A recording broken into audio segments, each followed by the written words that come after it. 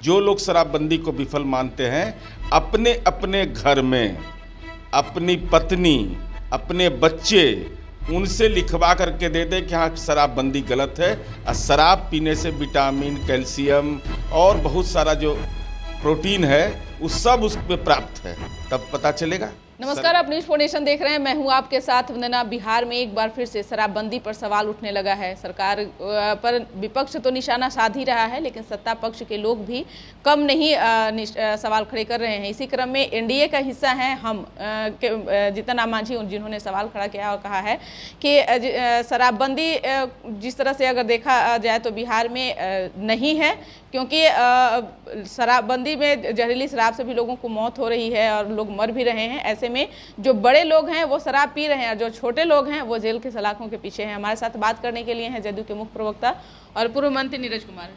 जीतन राम मांझी के सवालों को कैसे आप देख रहे हैं? देखिए, शराबबंदी सामाजिक परिवर्तन का एक हथियार है और सर्वदलीय संकल्प है, क्रिया खाया, क्रिया जिसको गवई भाषा में कहते हैं, सदन के अंदर कि हम इसको सफल बनाएंगे। अपवाद संवाद नहीं हो सकता। भाई, दहेज हत्या का कानून कब बना?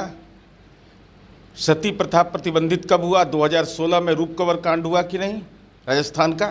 भाई, घटना के आधार पर नीति के संबंध में फैसला लेना कि वह सफल है या विफल है, मैं तो विनम्रतापूर्वक अनुरोध करना चाहता हूँ। जो लोग शराबबंदी को विफल मानते हैं, अपने अपने घर में अपनी पत्नी, अपने बच्चे, उनसे लिखवा करके दे दे कि हाँ शराबबंदी गलत है और शराब पीने से विटामिन, कैल्शियम और बहुत सारा जो प्रोटीन है वो सब उसमें प्राप्त है, तब पता चलेगा। सर्वे का तो मानक गांव को रखना चाहिए, अपना परिवार रखना चाहिए। अपने परिवार के सदस्यों से ही आप लिखवा लीजिए कि भाई शराबबंदी गलत है, शराब की व्यवस्था जो है फिर से चालू की जाए।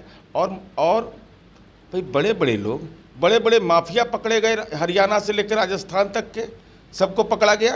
और देश के विभिन्न राज्यों में शराबबंदी कुछ एक राज्यों में लागू है। राष्ट्रपिता महात्मा गांधी की कर्मभूमि वर्धा में लागू है, वहाँ भी ऐसी घटनाएं प्रतिवेदित होती है।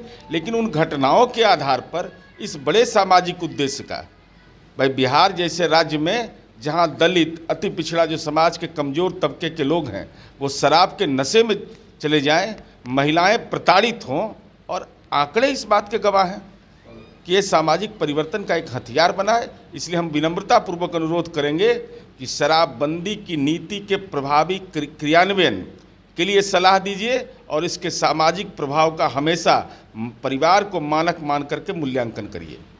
नीरज जी, अगर विपक्ष सवाल खड़ा करता तो कुछ और ही बात था, लेकिन आपके सहयोगी दल ही सवाल खड़ा कर रहे हैं। जीतन राम मांझी ने तो कहा कि तो हम शुरू से ही शराबबंदी के पक्ष में नहीं थे, हमने तो शुरू से कहा है कि थोड़ा थोड़ा शराब लेते रहे दवा के रूप में। हम तो कह रहे हैं ना, न विपक्ष का न सत्ता का सवाल।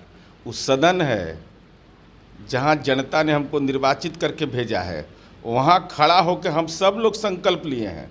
कोई बीच में बैठे नहीं थे, सब लोग खड़ा थे कि नहीं ये बहुत सुंदर फैसला, इस फैसला को लागू होना चाहिए।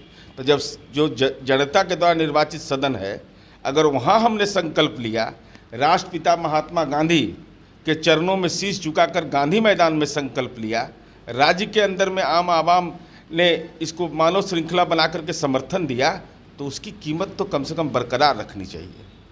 लेकिन तो मांझी जी के बयानों को आप कैसे देख रहे हैं? क्या आप उनको क्या कहना चाहेंगे? क्या मांझी जी जो कह रहे हैं वो सही है, या फिर जो सरकार ने लागू नियम किया है लेकिन विफल साबित हो रहा है एक तरह से, वो नहीं, कौन फिर विफल? इसको मैं विफल शब्द से हमको भारी नाराजगी है।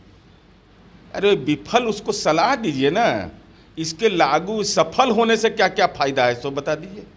कि शराबबंदी अगर ख़त्म कर दिया जाए, और हर एक, मुझे जहाँ तक स्मरण है, राष्ट्रीय जनता दल का संविधान, कांग्रेस पार्टी का संविधान और विभिन्न पार्टियों के संविधान में ये लिखा हुआ है, प्राथमिक शर्त है कि नशा जो करेगा वो सदस्य नहीं होगा।